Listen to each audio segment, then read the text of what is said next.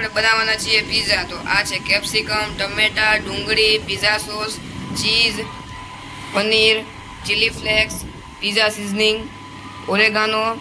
તો આપણે આ રોટલા પર પિઝા સોસ લગાડીએ છીએ. તો આ પિઝા સોસ ચોકડાને રોટલો રેડી થઈ ગયો છે. તો હવે આપણે ચીઝ નાખીએ છીએ.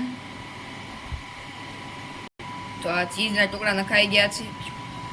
તો આ આપણે ડુંગળીના ટુકડા નાખીએ છીએ, કેપ્સિકમ પણ નાખીએ છીએ, અને તે નખાઈ ગયા પછી ટમેટાના કટકા પણ નાખીએ છીએ.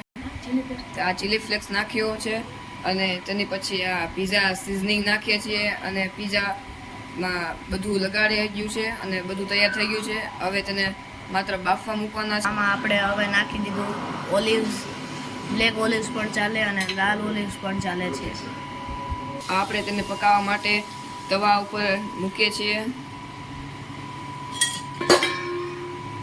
તો હવે આ પિઝા તૈયાર થઈ ગયા છે, સેટ થઈ ગયા છે. તો હવે આપણા પિઝા તૈયાર છે. તો હવે આપણે તેને ટેસ્ટ કરીશું, અને આ પિઝા આપણા તૈયાર છે. જો તમને આ રેસીપી પસંદ આવી હોય તો વિડીયોને લાઈક અને સબસ્ક્રાઈબ જરૂર કરજો, અને શેર કરજો અને કોમેન્ટ